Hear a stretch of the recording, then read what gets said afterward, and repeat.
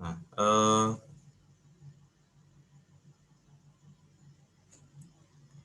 jadi ketika kita akan menghitung angkanya, kita harus tahu kebutuhannya dulu, terus kemudian jumlahnya berapa, frekuensinya juga. Nah, untuk dasar sebagai perhitungan, maka kita butuh yang namanya ini analisis harga satuan pekerjaan. Misalnya harga satuan bahan, itu materialnya. Harga satuan upah, itu untuk tenaga kerjanya. Terus kemudian harga satuan peralatan, itu untuk menghitung biaya peralatan. Biaya peralatan ini yang tidak habis pakai ya. Kalau material itu kan habis pakai. Contohnya adalah sewa genset gitu misalnya, atau sewa standing AC. Nah, ini adalah contoh dari harga satuan bahan. Dia ada dolken kayu, semen Portland. Nah, satuannya adalah ini BTG batang, KG kilogram. Kan semen itu kan bisa pakai istilah sak ya. Satu sak itu ada yang 40 kilo, ada yang 50 kilo. Ada yang pakai satuan kilo. Jadi butuhnya itu bukan menggunakan sak ya, tapi kilo. Misalnya kita butuhnya 1000 kilo, ya sudah, tinggal 1 kilo itu berapa dikalikan. Gitu. Terus yang selanjutnya adalah ini pasir. Pasir tuh pakainya meter kubik gitu kan. Terus kayu. Jadi ada kayu yang pakai batang, kayak apa namanya bambu. Bambu itu dia batang. Tapi kalau kayu yang kayu-kayu tertentu yang kayak reng dan lain sebagainya itu dia pakainya eh, panjang kali lebar kali luas kali tinggi ya, dipakainya itu. Terus paku, residu. Jadi mereka masing-masing sudah punya ininya, sudah ada standarnya. Kalian nggak usah pusing-pusing memikirkan. Yang perlu kalian perhatikan itu adalah bahwa yang kalian nanti input itu sesuai. Jangan sampai kayunya kayu yang dibutuhkan itu 3/7 ya. Tapi kalian inputnya menggunakan harga kayu 5/7. Itu akan membuat akurasi jadi tidak sesuai. Dan seterusnya ini misalnya kayu jati ada yang balok, kayu jati ada yang papan. Jangan sampai kalian memasukkan dengan nilai yang tidak sesuai. Misalnya yang dibutuhkan adalah kayu jati yang balok ya, kalian masukkan kayu jati yang papan. Kenapa papan tuh lebih mahal daripada balok?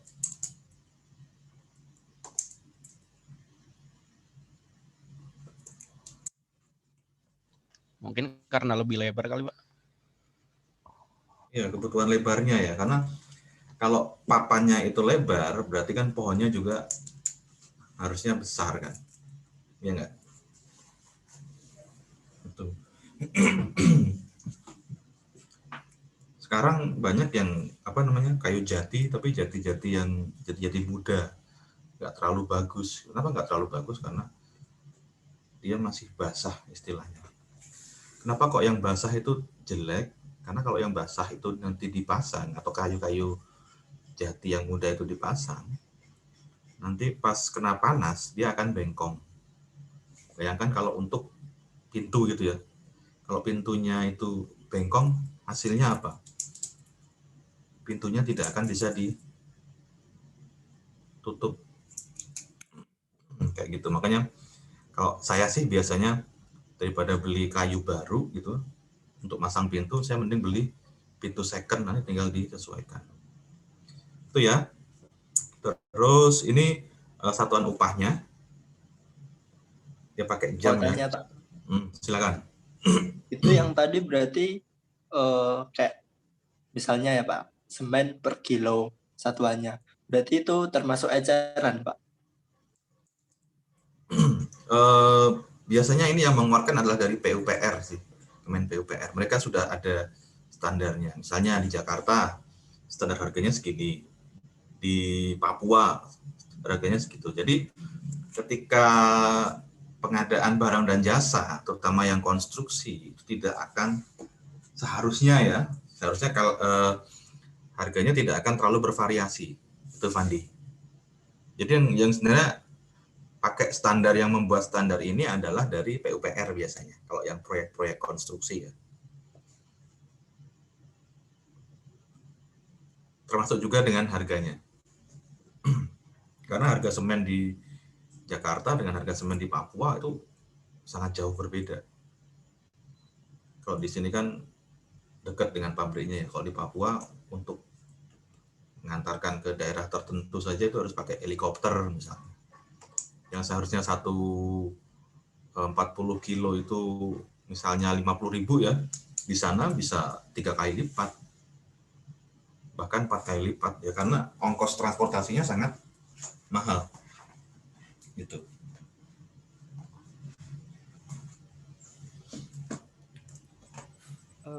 Maaf Pak, izin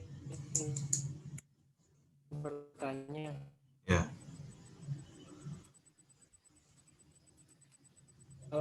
Ini melanjutkan yang pertanyaan Andi Pak. Misal itu kan sudah ada harga standar satuannya ya Pak.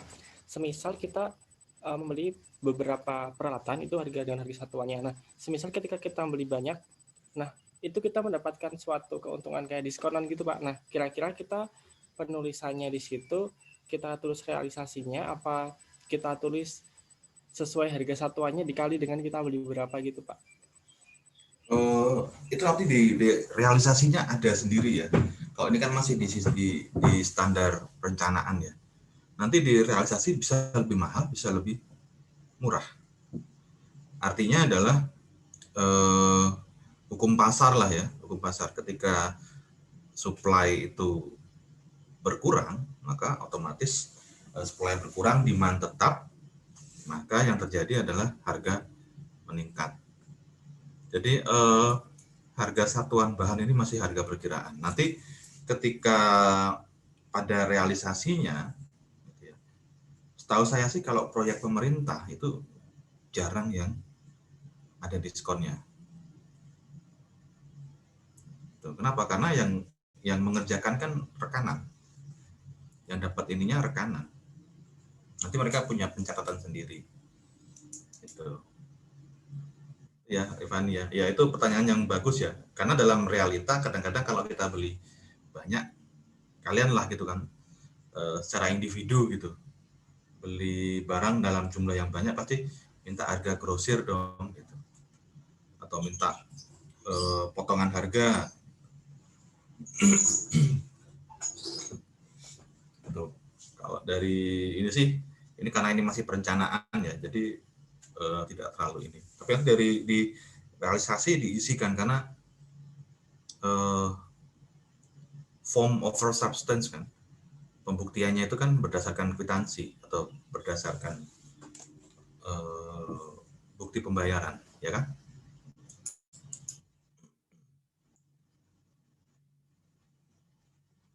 Tuh.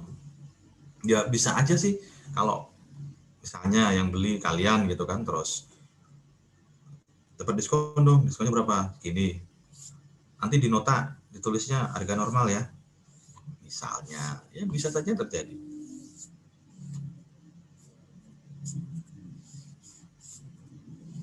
Makanya sekarang didorong pakai e-commerce kan. Artinya di pemerintah sendiri pun sudah ada e-purchasing gitu ya. Harganya segitu, ya sudah segitu. Nanti termasuk pajak dan lain sebagainya. Oke. Sebelum saya lanjutkan, ada lagi yang lain?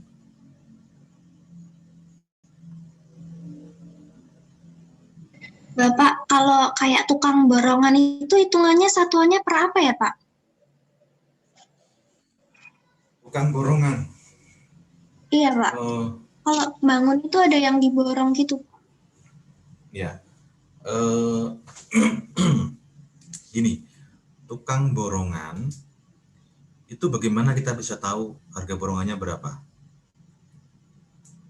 Kan pasti kita pakai ini kan, dengan asumsi seperti ini. Tapi yang ditakutkan dari tukang borongan itu adalah nanti tidak sesuai dengan spek. Artinya gini, yang kita butuhkan itu adalah misalnya kita perlu mandor nih.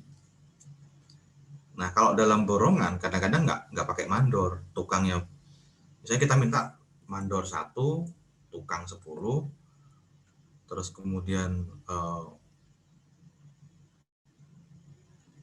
apa ya istilahnya ya, operator ya, kernetnya lah, kalau ini namanya kernetnya ya, atau di sini pekerja lah ya, itu 5 gitu. Jadi satu kernet, satu pekerja itu akan membantu 2 tukang kayak gitu misalnya. Nanti kalau borongan bisa dikurangi spesifikasinya. Makanya untuk memudahkan ya, dalam pembuatan ini harus jelas, oh mandornya berapa, tukangnya berapa, terus asistennya berapa. Kalau memang mereka mau borongan dengan harga yang lebih murah, nggak masalah. Itu ya, Hernita ya. Artinya untuk kita menentukan bahwa ini borongan tukang aja, borongan jasanya aja gitu kan, itu tetap harus ada dasar ini. Ada dasar rencana anggaran biayanya. Syukur-syukur bisa lebih murah. Gitu. Itu ya. Terus ini harga satuan peralatan ya, di mana ada listrik dan air kerja. LS itu apa? Kalian tahu nggak?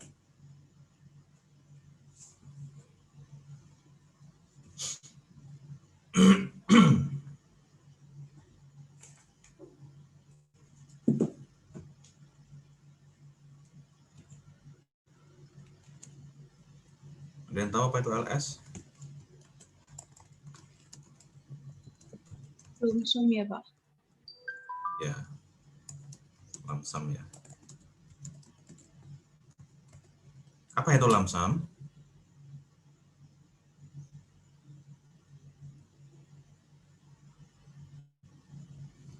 Tulisannya itu LUMP SUM.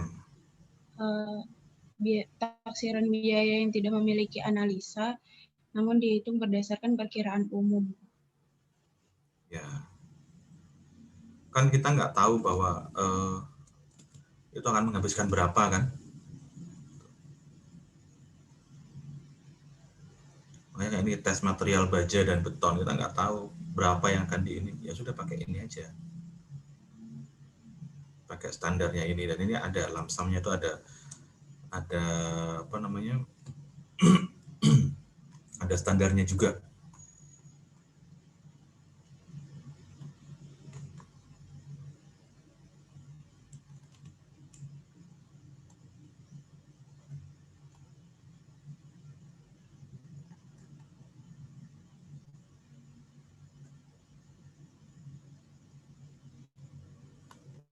Oke.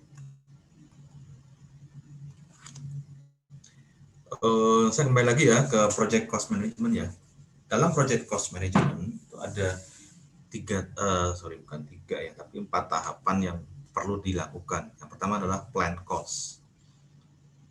Ya, setelah plan cost, kemudian kita mengestimate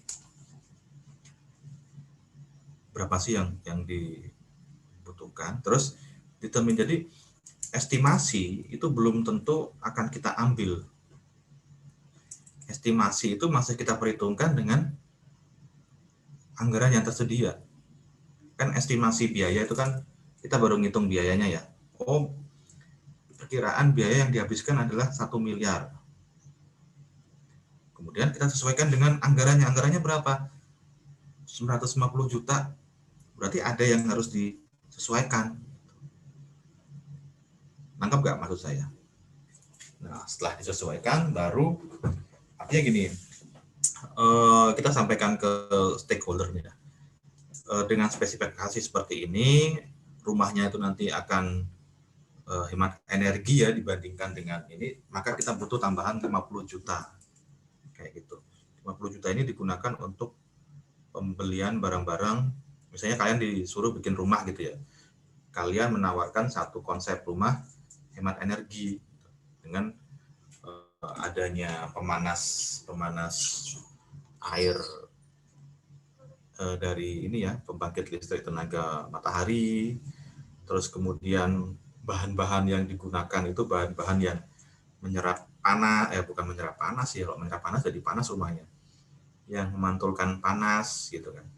Kayak kaca gitu misalnya.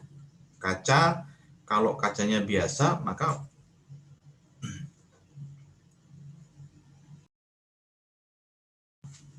maka panasnya akan masuk kan. Nah ini pakai kaca yang khusus nih.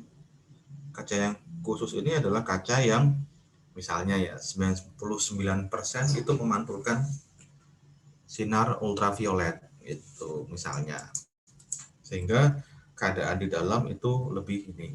Nah kalian diskusikan itu harusnya project manajernya dengan stakeholder. Kalau stakeholdernya setuju ya sudah segitu, kalau tidak ya berarti harus ada yang disesuaikan.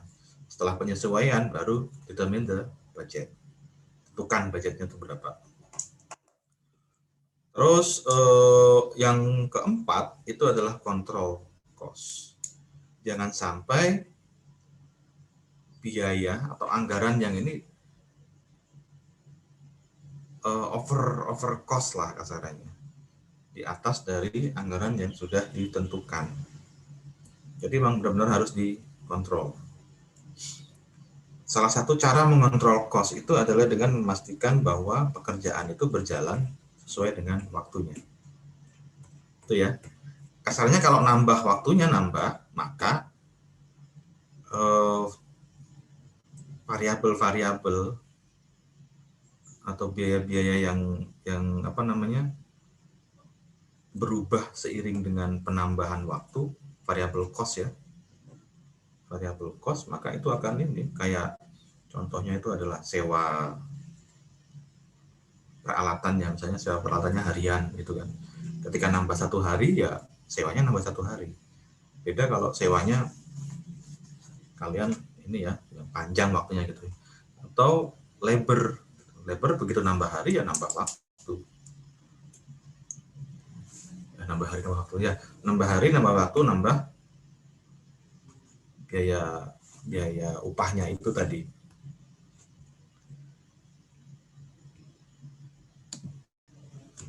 Oke, ini detail dari plan cost ya, yaitu perencanaan biaya proyek ya, meliputi perkiraan, penganggaran, pengelolaan dan pengawasan biaya proyek. Terus jenis biaya itu selain yang saya sampaikan tadi ya, ada bahan upah peralatan, ada yang namanya biaya untuk overhead dan contingencies. Itu biaya yang tidak langsung. Apa itu biaya overhead?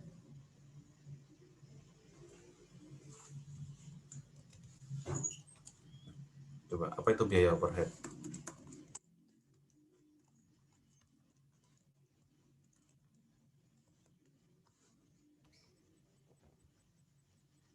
Apa ya Pak? Biaya pengeluaran tambahan gitu Pak. Contohnya aja.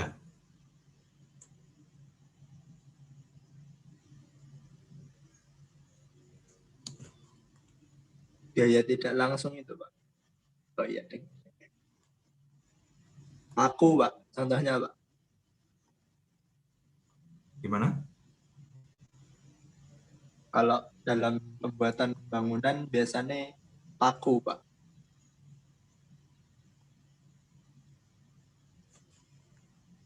Pagu.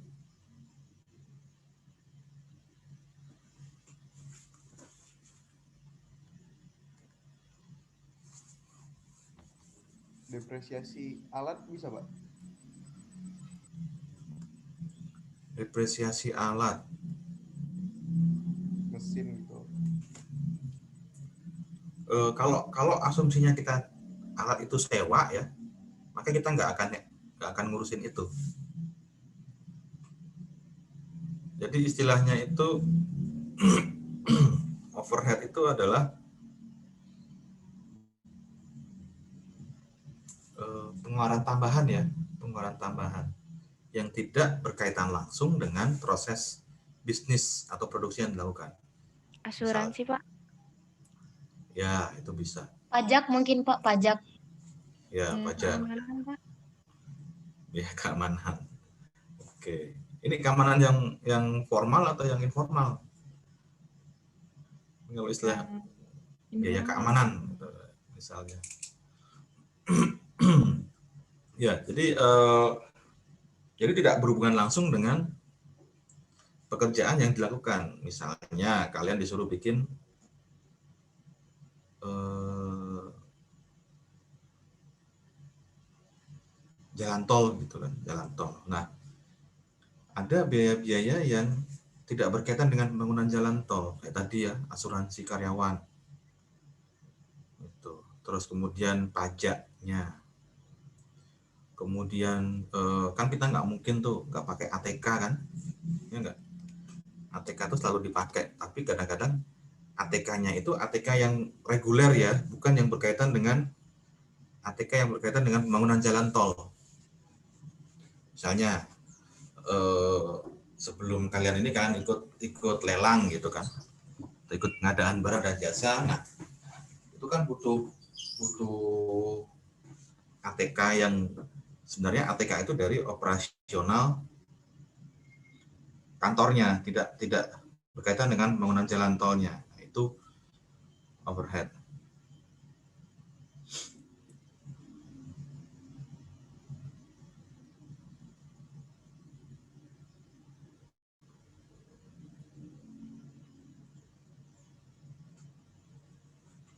Itu ya. Contingencies apa?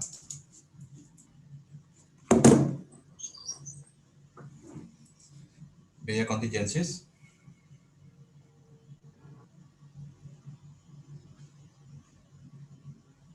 Definisi dari contingencies dulu apa itu? Tidak pastian, Pak. Tidak pastian. Jadi apa? Biaya cadangan, Pak. Ya, biasanya itu istilahnya biaya cadangan ya.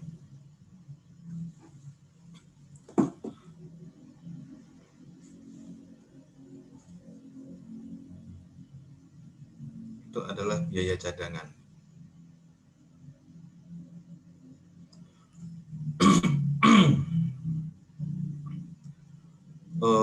Biaya cadangan itu biasanya itu overhead dulu ya, overhead.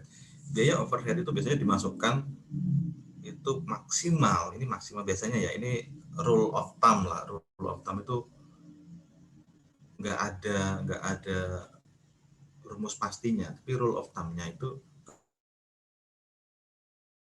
dari total itu.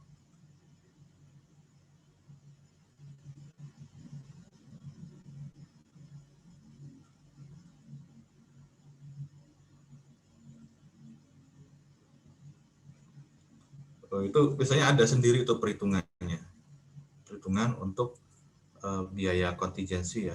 Ada banyak kok itunya, apa namanya, contoh-contoh itunya, perhitungannya.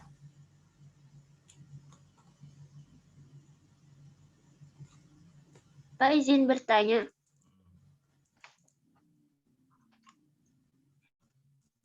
Pak izin bertanya. Ya, silakan. Tadi untuk biaya kontingensi itu di luar ini kah Pak? Apa biaya yang beli barang atau upah kayak gitu kah Pak? Atau ya maksud saya itu misalnya rencana biaya anggaran tadi itu untuk barang A adalah sekitar 20 juta gitu Pak. Nanti kalau ternyata itu kelebihan itu masuknya ke kontingensi atau gimana Pak? Oke.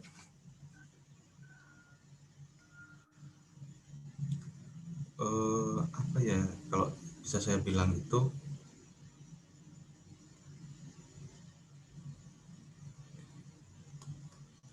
biasanya itu contingency cost itu digunakan untuk sebagai strategi penanganan resiko ya.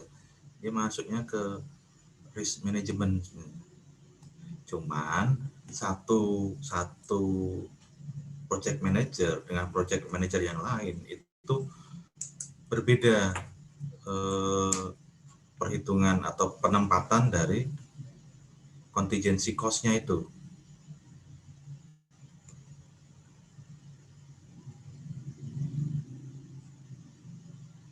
Bentar, saya coba.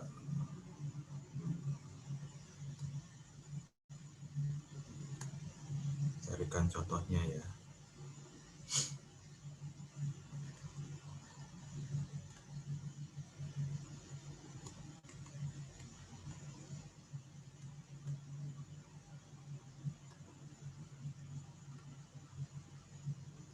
Jadi ada yang apa namanya dituliskan sebagai cadangan biaya gitu aja.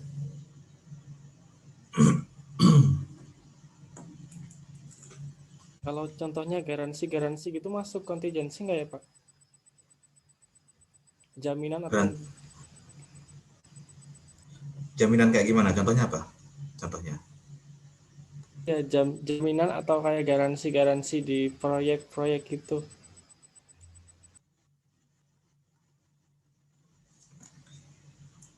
Eh, kalau kalau dalam pengadaan barang dan jasa, kalian tahu nggak ada satu konsep? Kalian kemarin mengerjakan soal PPJ, perpajakan instansi pemerintah nggak? Yang pajak konstruksi itu.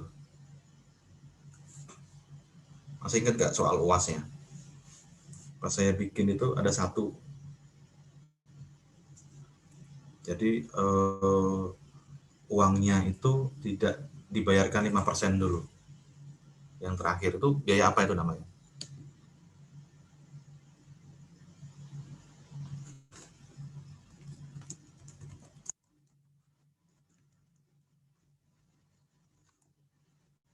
Masih ingat nggak?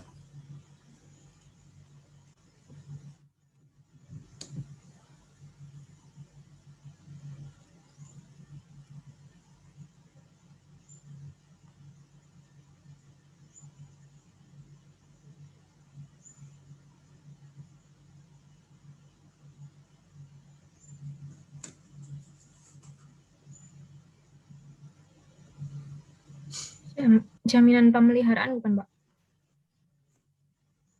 Retensi ya. Kan pakai termin kan. Terus ada yang terakhir itu adalah retensi. Retensi itu diberikan ketika terjadi pengecekan itu sudah sesuai.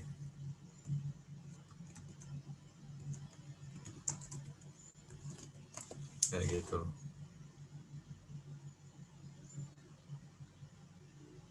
Jadi itu termasuk dalam manajemen resiko sih.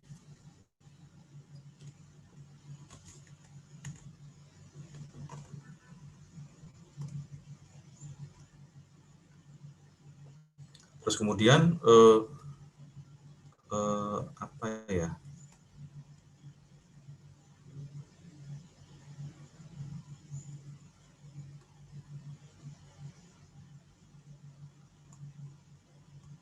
Sama seperti overhead tadi ya yang saya bilang tadi ya, rule of thumb.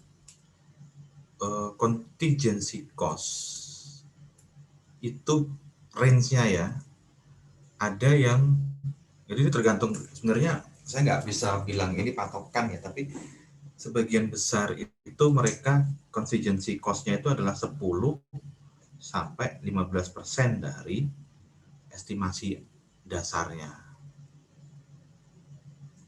Untuk kalau yang overhead tadi kan 15 ya rule of thumb-nya ya.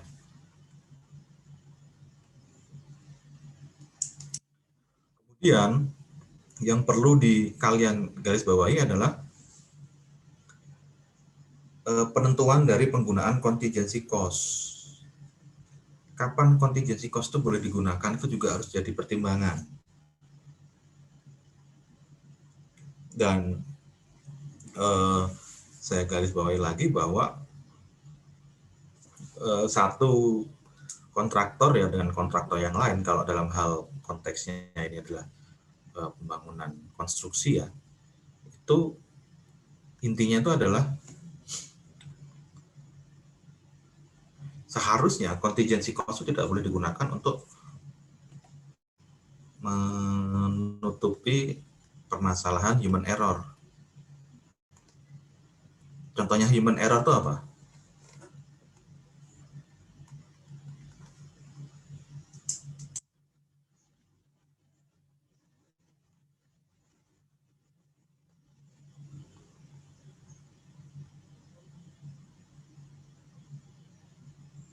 kelalaian gitu, Pak.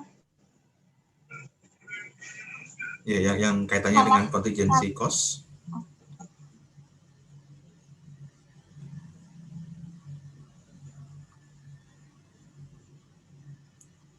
Kecelakaan misalnya karena human error.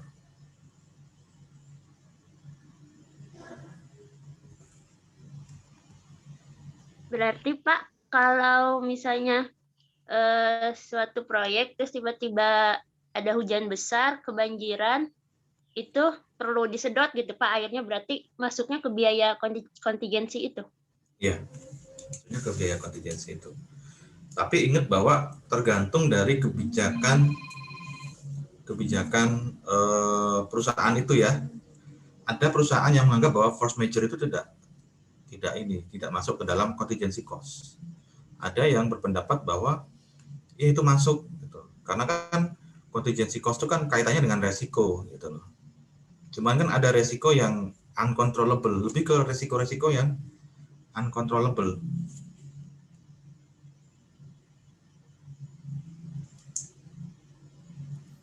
Gitu. Lalu Pak, kalau nggak dimasukkan ke kontingensi, yang menanggung siapa Pak? Yang menanggung. Nah itu nanti persetujuan dengan persetujuan dengan stakeholder-nya. Makanya dari awal kontrak itu sangat penting. Kontraknya itu sangat penting. Karena contingency cost itu kan juga tidak bisa kasarannya ya.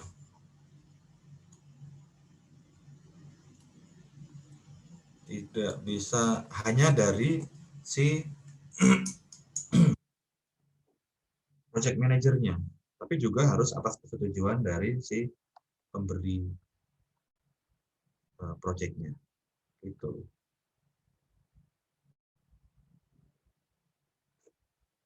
Maaf Pak, ini share screen-nya memang hitam ya Pak?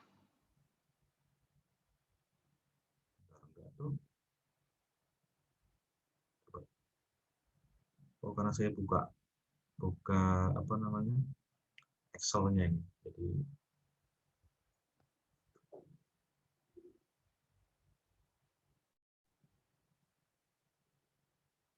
oke, itu ya. Itu overhead dan contingency. Biasanya seperti yang saya sampaikan tadi, biasanya kecelakaan, tapi kecelakaan yang uncontrollable. Misalnya karena bukan kecelakaan yang misalnya ya, kan di proyek itu sudah di state bahwa wajib menggunakan helm dan pokoknya istilahnya apa ya, apap atau apalah, pokoknya yang sudah lengkap topi, helm, sarung tangan, bukan topi, helm, sepatu, sarung tangan, terus wear pack-nya yang khusus ya, kayak gitu. Kalau itu tidak ini harusnya tidak masuk ke contingency, tapi maksudnya ke overhead nanti kayak asuransi.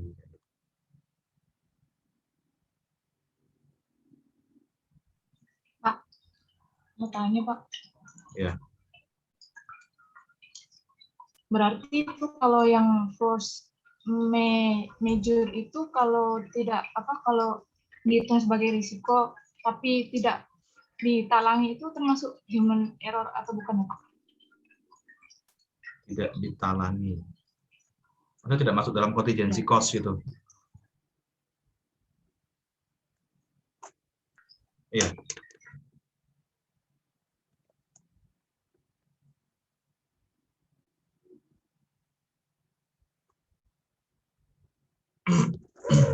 Harusnya itu ya ini.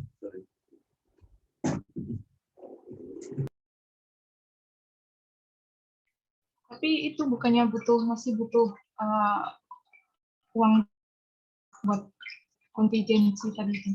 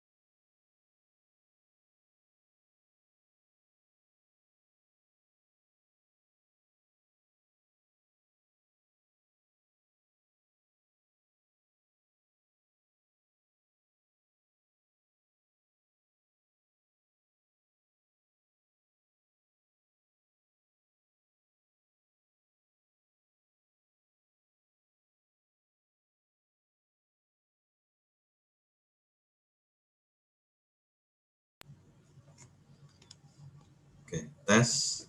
Ya, maaf ya. Jadi apa namanya? Tadi pertanyaannya apa tadi, Mbak Sinta tadi ya? Ya, Pak. Kalau yang force major itu dihitung sebagai risiko, tapi tidak ditalangi, itu maksudnya human error atau bukan? Oke, jadi gini sebenarnya, kuncinya contingency cost itu adalah hal-hal yang bisa menghambat penyelesaian proyek. Itu ya. Hal-hal yang bisa menghambat penyelesaian proyek. Kalaupun terjadi resikonya, tetapi apa namanya, proyeknya tidak terhambat, ya nggak dikeluarkan gitu loh, Pak. Nangkep ya maksud saya ya. Jadi kan contingency cost itu adalah cost yang tidak harus selalu dipakai.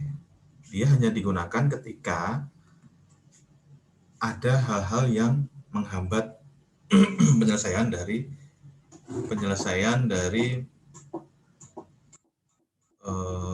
proyek tersebut. Misalnya proyeknya harusnya selesai di hari ke-30 gitu ya.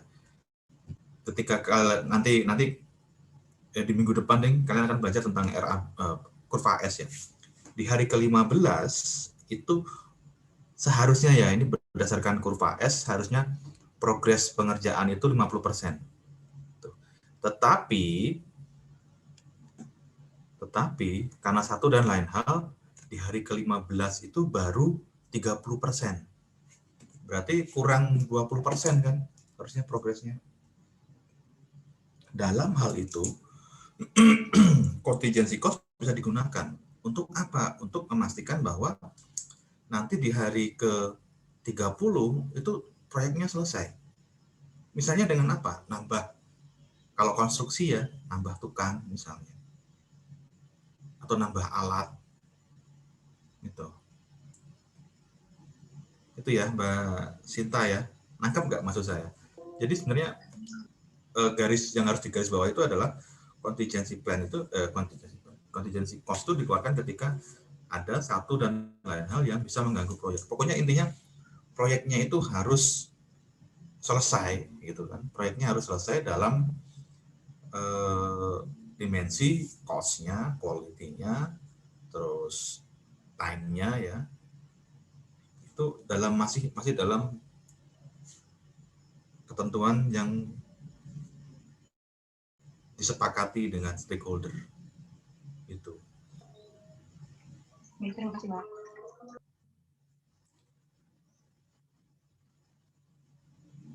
Oke, sekarang kita ke unit price analysis nih. Ada yang pakai koefisien, ada yang pakai analisis harga satuan. AHSP itu analisis harga satuan ya. Sedangkan koefisien itu gimana?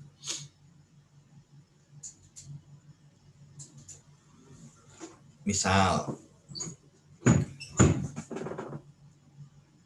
ini kita pakai konteks konstruksi ya. Kita pakai konstruksi. Dalam kegiatan atau aktivitas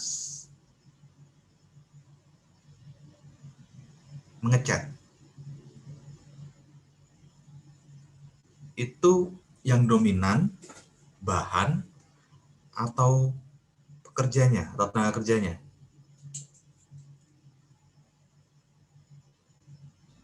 Bahan, Pak. Mengecat.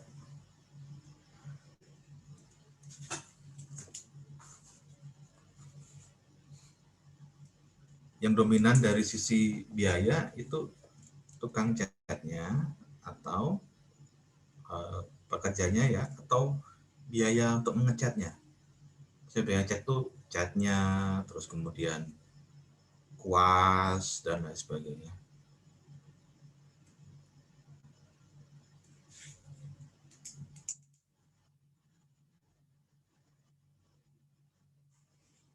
Ada yang tahu nggak? Tadi ada yang bilang bahan.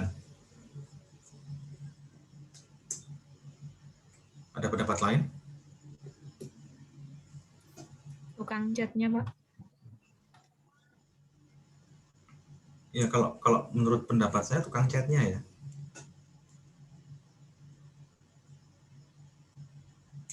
Atau kalau mau lebih ini,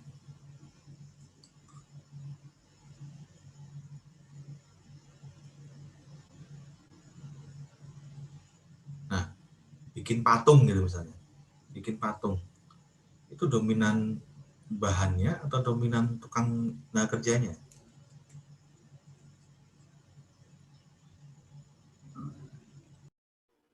Misalnya apa namanya, yang punya rumah itu minta dibikinkan patung gitu. Dalam hal itu juga bisa ditunjukkan dari sisi koefisiennya. Berarti koefisien upah tenaga kerjanya atau koefisien tenaga kerjanya lebih besar daripada bahannya. Itu.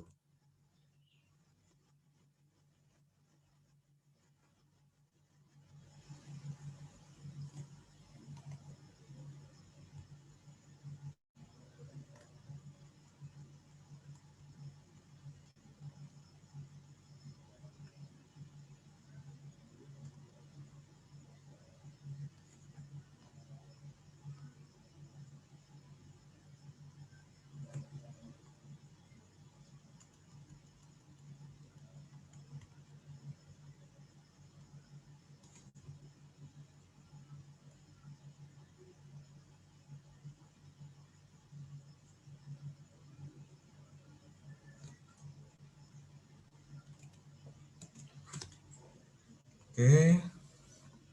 Terus kita lanjut. Ini AHSP ya.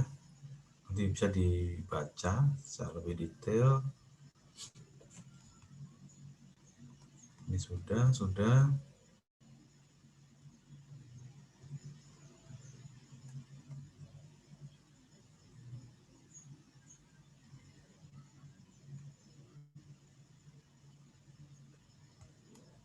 Pak mau nanya Pak tentang harga satuan. Ya, silakan. Itu kan di slide nomor 8 kan udah ada kayak daftar gitu kan Pak, harganya. Pertanyaannya itu Pak, itu bisa digunain di seluruh daerah nggak sih Pak? Karena kan misal kayak daerah di timur gitu kan lebih mahal gitu. Jadi Bahan-bahannya. ya berbeda ya. Seperti yang saya sampaikan sebelumnya bahwa biasanya ini berdasarkan wilayah. Standarnya itu berdasarkan wilayah karena satu wilayah dengan wilayah yang lain. Mungkin yang ekstrim ya kayak Papua itu mereka punya standar biaya sendiri harusnya.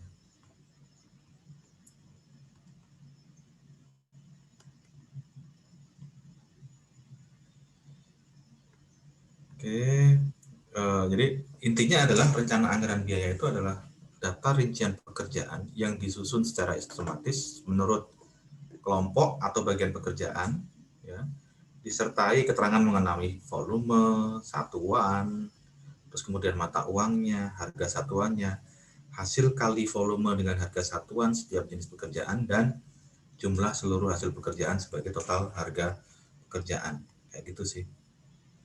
Nah, ini ada jadi penawaran, kemudian kontrol, yang terakhir adalah evaluasi. Nah, nanti bentuknya akan seperti ini. Ini RAB ya. Setelah bikin rincian RAB, kalian harus bikin rekapitulasi RAB. Itu.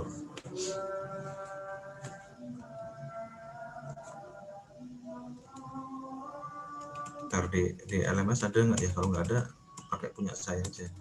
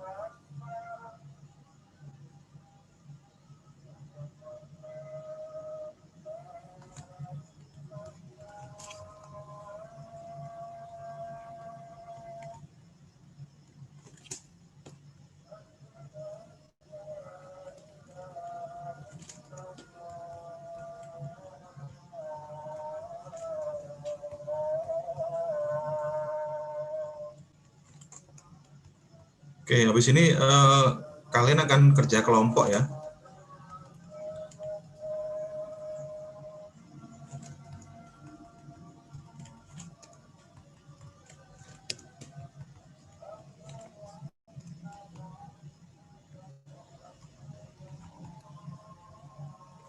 Saya akan berikan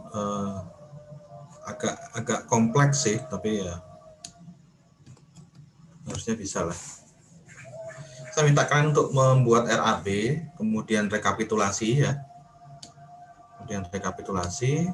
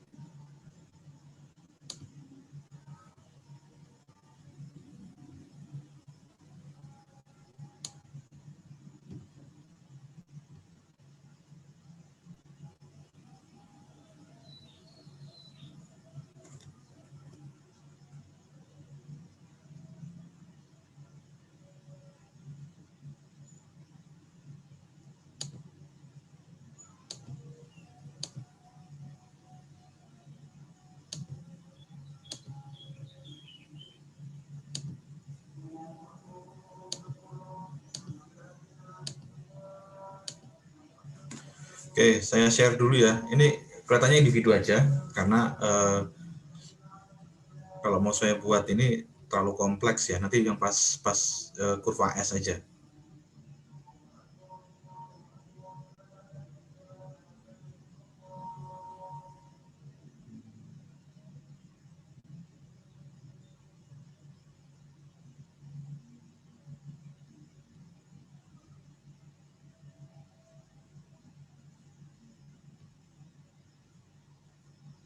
Udah kelihatan belum? Sudah, Ya, Sudah, Pak. sudah ada Excel ya. Nah, gini. Ini adalah satuan upah dan bahan berdasarkan SNI ya. SNI tahun 2016. Ada detail ya. Terus ini ada komponennya masing-masing, ada bahan material. Nih. Nah, sebenarnya kalau kelompok ini kalian harus bikin ASHP ini. Analisis satuan hasil pekerjaan. Nah, di sini misalnya ya, semen Portland. Nah, kalian harus cari tuh di sini misalnya semen Portland.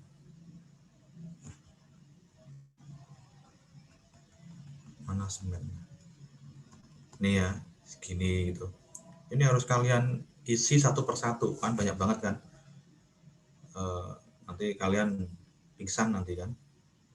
Karena ini bisa ada lebih dari 100 aktivitas nih. Gitu. Atau ini mau saya hilangkan. Dihilangkan aja ya, nanti kalian kerjakan ya. Jadi kalian nanti dasarnya ini adalah dari dasarnya ini ya, ini terus ini itu dari sini, dari satuan upah ini. Nah, terus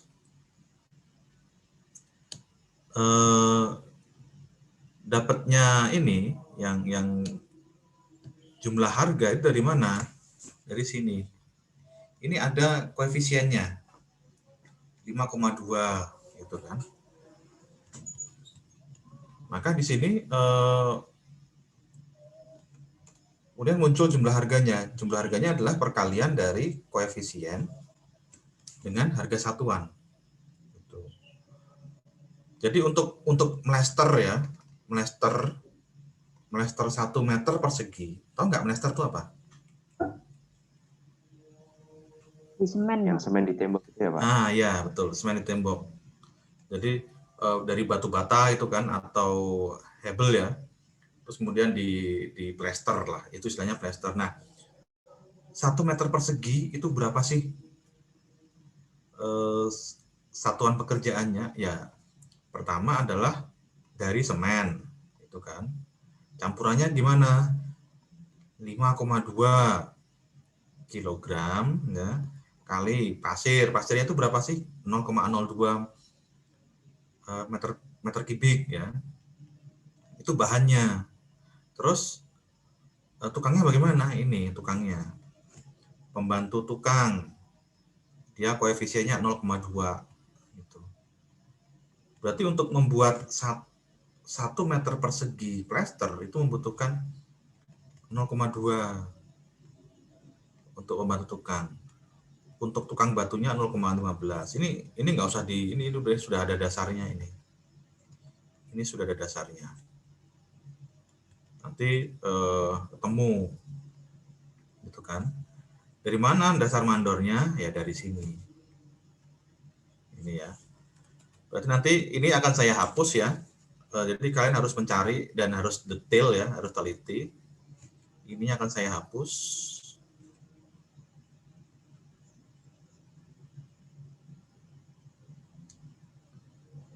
Saya hapus. Ini yang kalau ini sudah kalian isi semua nanti ya.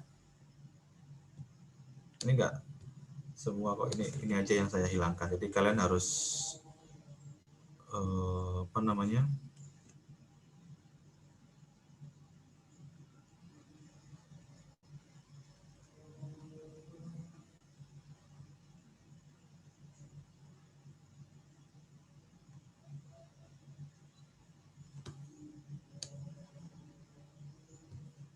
Tapi enggak semua sih, hanya yang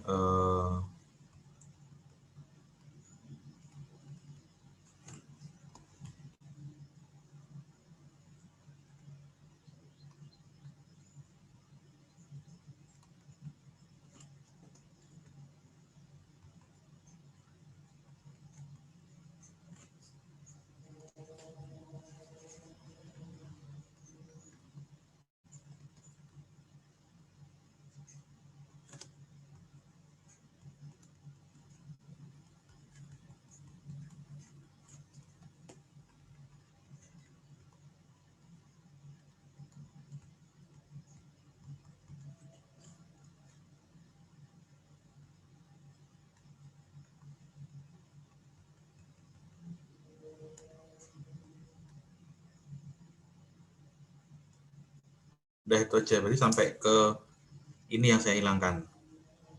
Oke, sampai ini ya. Nanti kalau ini sudah keisi semua, otomatis nanti RAB-nya juga keisi. Jadi di RAB itu sudah detail. Ada misalnya nih, pekerjaan persiapan dan bongkaran. Itu terdiri dari 2 sub aktivitas, yaitu pembuatan steger dari bambu, yang kedua menurunkan genteng lama. Nah, pembuatan steger itu LS. LS-nya di bahan aja. Terus menurunkan genteng lama itu satuan gitu ya, satuan. Hanya saja kalau genteng itu kan nggak perlu bahan ya, dia hanya diupah saja. Nanti kalian kalau sudah mengisi H386 di sini otomatis keisi dan seterusnya. Nah, setelah ini selesai, kalian bikin rekapitulasinya ini di sini, dimasukkan. Setelah dimasukkan, tulis terdapat terbilangnya. Saya kasih terbilangnya aja ya. Kalau sudah 200 juta berarti sudah benar. Oke, ada pertanyaan? Intinya adalah kalian harus melengkapi analisa satuan pekerjaan dulu. Dari mana? Dari satuan upah. Ini ya, kalian isi di sini. Nah, kalau sudah ada di atasnya, kalian bisa langsung aja sama dengan, misalnya ini ya, semen Portland di sini. Kemudian kalau di sini ada semen Portland lagi, bisa kalian ambil dari sini aja sama dengan F280 kayak gitu. Itu ya. Kayak ini, semen Portland di sini kan, ya bisa ambil aja dari atasnya. Oke, individu ya. Individu, setelah ini silahkan dikerjakan. Saya rasa nggak lama kok. Nanti saya share di apa namanya, di grup WA ya, atau di sini aja lah, saya share di sini aja.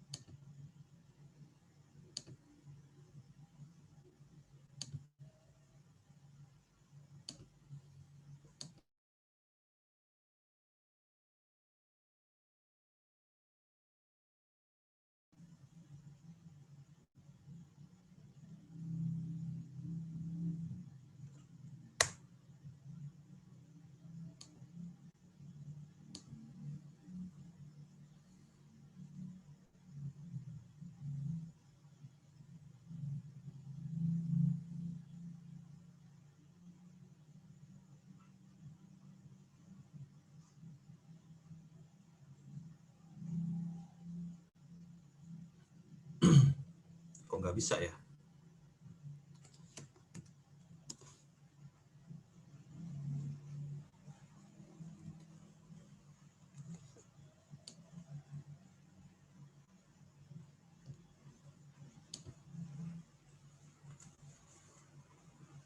Oke, udah saya share di WA grup aja, di Zoom nggak bisa.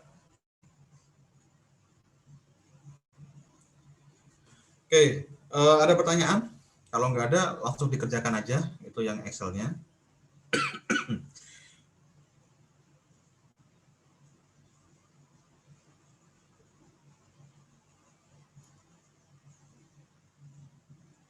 Nggak ada pekerjaan. Nggak ada pertanyaan? Udah bisa ya. Nah, nanti dari sini nanti akan kita lanjutkan ya di pertemuan selanjutnya untuk membuat kurva S. Jadi ini continue. Jadi saya kasih kuncinya, jawabannya. Tapi kunci akhir ya. Kunci akhirnya itu adalah 200 juta. Kalau nilainya itu belum 200 juta, berarti ada yang tidak pas. Itu ya. Oke, silakan kerjakan. Dimatikan aja kameranya nggak apa-apa. Nanti mungkin jam 12.50 lah ya, 12.50 masuk lagi ke sini. Maksudnya bukan masuk lagi ke sini ya. Saya tanya sebentar, ada permasalahan atau enggak. Kalau enggak, lanjut aja. Nanti pengumpulannya di hari ini ya, hari ini jam 11.59 PM siang. Enggak banyak kok ini kok. Oke, ya silakan langsung dikerjakan ya.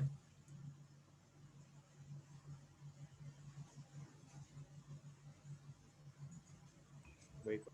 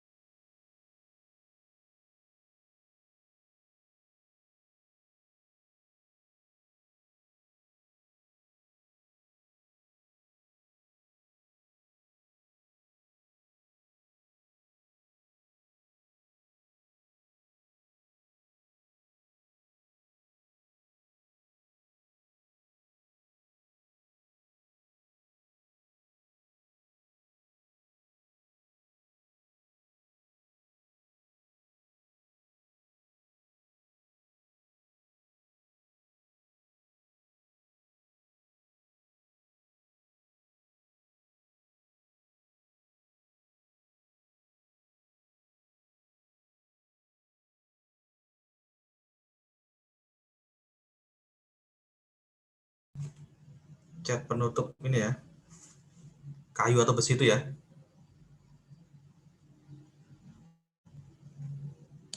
Ada cat penutup kayu atau besi tapi kayak tersembunyi gitu, Pak.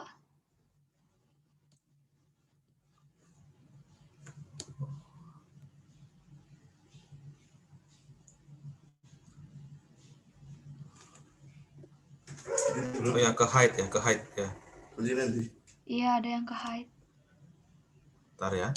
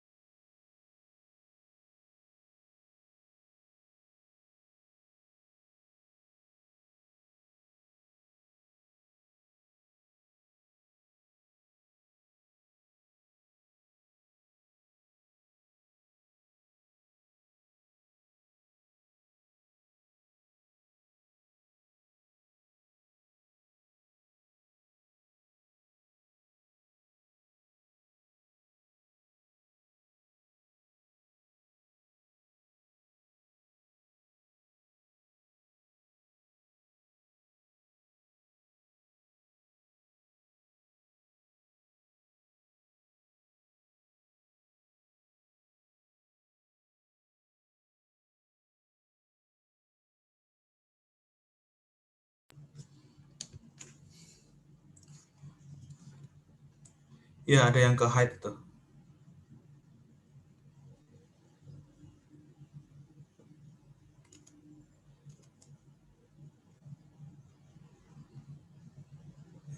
RAP. Ya di apa namanya? Karena ini memang yang ditunjukkan itu yang ini aja, yang apa? Dipakai aja gitu loh. Tapi kadang-kadang ada yang kelewatan.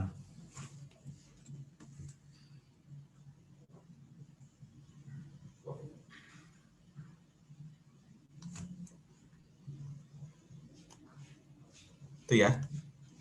Ada lagi yang lain? Mau tanya. Hah? Yang di baris 1076. Nah, itu GRC 4 mm itu satuannya meter, tapi di satuan upah sama bahannya lebar. Itu gimana, Pak? Menghitungnya. 1176. 1076. Oh, 1076. 1076.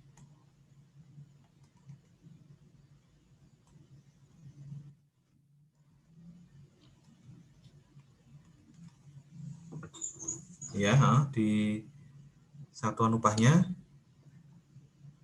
itu lebar, tapi di soalnya itu, di analisisnya meter, Pak.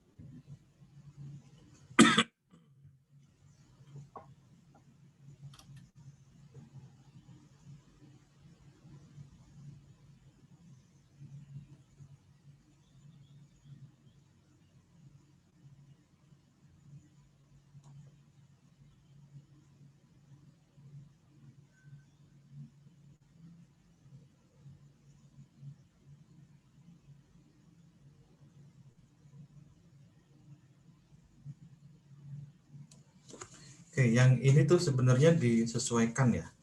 Kalau kalian lihat rumusnya itu kan dibagi 1,2 kali 2,4 gitu ya. Nah, disesuaikan karena ini pakai lebar, ya kan? Sedangkan ini pakai meter, pakai M ya, makanya disesuaikan. Jadi itu tidak saya hapus karena memang ya khusus gitu. Nangkep ya maksud saya ya. Jadi itu memang khusus karena ada penyesuaian ini. Dicari-cari itu nggak ada pakai rumus itu. Jadi dia nggak dihapus. Oke? Ada lagi? Pak, kolom jumlah harga RAB-nya itu memang 0 gitu, Pak. Kok di saya 0 padahal udah masukin angka gitu? Apa harus ngitung ulang lagi atau gimana, Pak?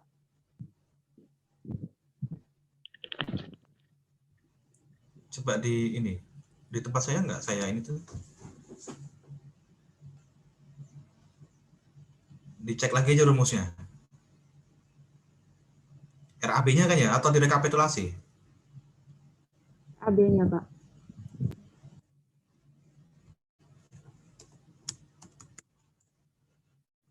Saya berubah tuh. Ketika saya rubah. Mungkin ada yang kamu ini mungkin, yang dicek lagi rumusnya ya. Ada yang nggak sengaja ke pencet atau ini. Punya iya juga seperti itu, Pak, tadi keluhannya. Harga satuannya itu emang diisi sendiri ya, Pak?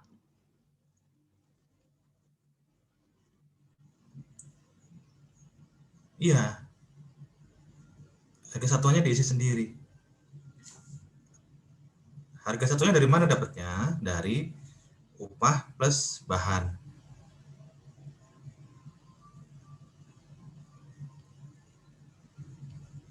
Nangkep nggak? Kan yang kolom sebelumnya, bentar, saya share aja ya biar nggak bingung ya.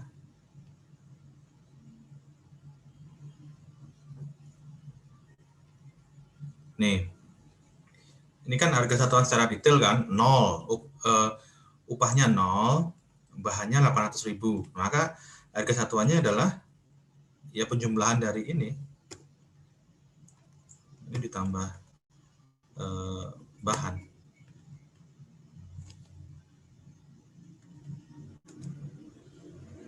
Terus di sininya gimana? Jumlah harganya gimana? Kali volumenya.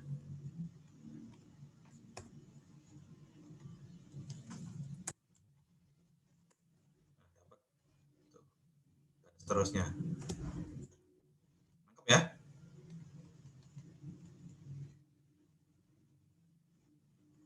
Halo? Pak, paham. Terima kasih, Pak. Kita harus tahu harga satuan dulu. Setelah tahu harga satuan, baru dikali volumenya. Ini kan masih belum ada frekuensi ya. Kalau ada frekuensinya kali frekuensi lagi.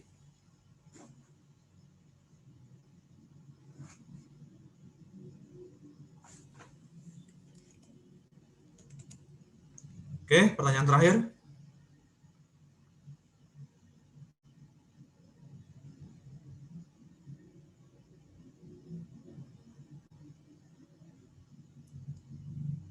Pertanyaan terakhir? Atau sudah jelas?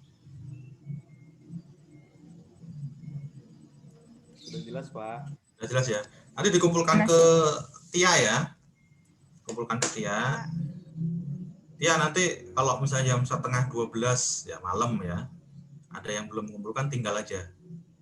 Atau kamu kasih link lah, jadi biar mereka masukkan ke Google Drive. Jadi nggak usah nunggu kamu. Baik, Pak. Oke, saya rasa itu saja terkait dengan RAB. Di pertemuan selanjutnya kita akan membahas tentang kurva S ya. Kurva S itu kita akan melihat progres pekerjaan dengan realisasinya. Jadi perencanaan itu di kurva S kita akan melihat perencanaannya ya, kurvanya. Terus kemudian nanti kita akan melihat realisasinya, sesuai atau tidak dengan realisasinya. Oke? Bisa ini ya, mengerti ya? Ya, Pak. Oke, kalau itu saya akhiri. Terima kasih atas kehadirannya. Sampai jumpa di pertemuan selanjutnya ya, minggu depan. Sehat selalu, jaga kesehatan. Oke. Terima kasih, Pak. Terima kasih, Pak. Terima kasih, Pak. Terima kasih.